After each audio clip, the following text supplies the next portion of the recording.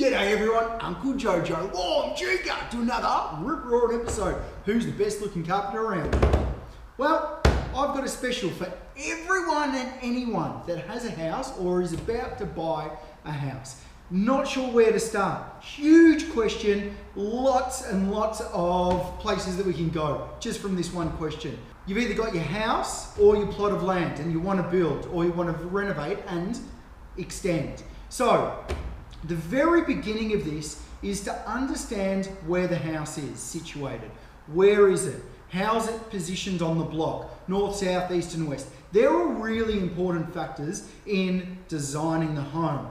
That'll give us the ability to understand how to use solar passive design or the uses of the sun to heat and cool the house naturally.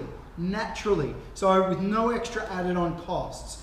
On top of that, how to cool it down as well. So by utilising cross-air ventilation and the positions of the southern wind, northern wind and things like that. By understanding the cross-air ventilation, we can cool the house down really quickly. The best and cheapest type of air conditioning in the world is cross-air ventilation. Understanding where the heat comes from or where the cool airs come from and how to heat and cool a house naturally, first and foremost, and most importantly, healthy. The next part of this is to understand the use of the home. So what I mean by that is the occupants that are going to be in it and what the house is actually going to be used for overall.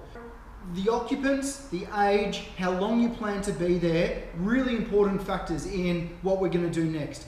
Because what that joins onto then is how we can create the home to adapt to the future uses and the future needs of the home. If you've got a young family that's up and coming, or that's a family that's well established, you're going to be using the house in two different ways. And then in another 5 to 10 years, you're going to be using the house differently again. The true ability to create a home is to utilize what we've got and to adapt it as the family grows, as the needs of the home grow. Or change, I should say.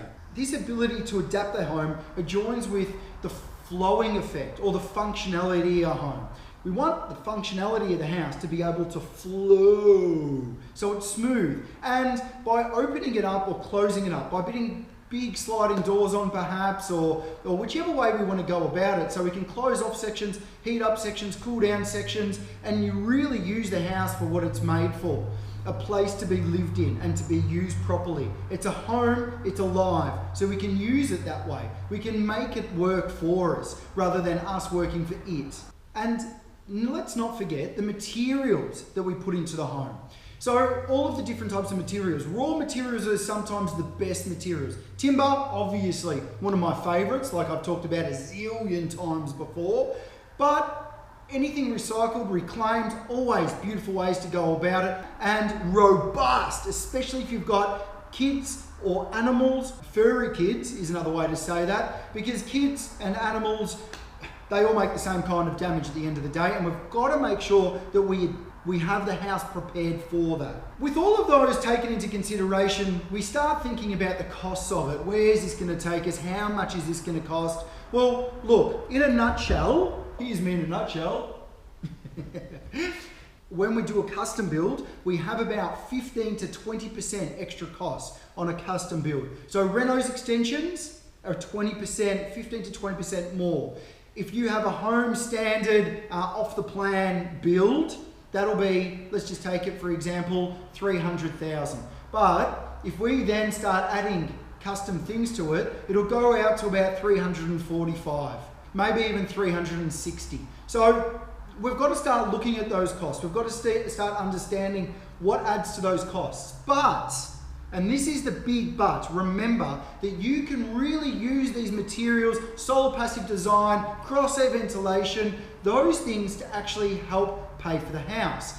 They will reduce your outgoings. With the cost, so many costs going up in resources, gas, electricity, all of those things. By using the house naturally, what it's made for, what we can then do, we can reduce the overall cost of the living expense of that home. Extra details, specifications, really ritzy finishes. There's nothing wrong with those, but just remember that they start to add costs. And what would have been $2,500 a square meter has now pushed out to $3,500, maybe $4,500 $1,000 a square metre. And that can go as high as the sky or as deep as your pockets. And let's not forget the quality of the build as well.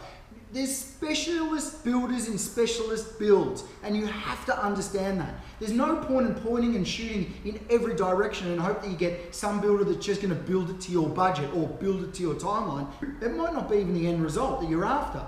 What you need to do is homework on the builder that you're after, or the builders, the type of builders that have done the builds that you're looking at. You've probably looked at Pinterest or House. Maybe you've looked at Home Beautiful, Renovation Design, all of those magazines, all of those clippings on the internet. So really use those. Create your own little scrapbook or your own little file on the computer and really use those. Find out the builders that did them. For example, maybe even just look at the Master Builders Excellence in Building Awards and see if you can find some homes there that you really like.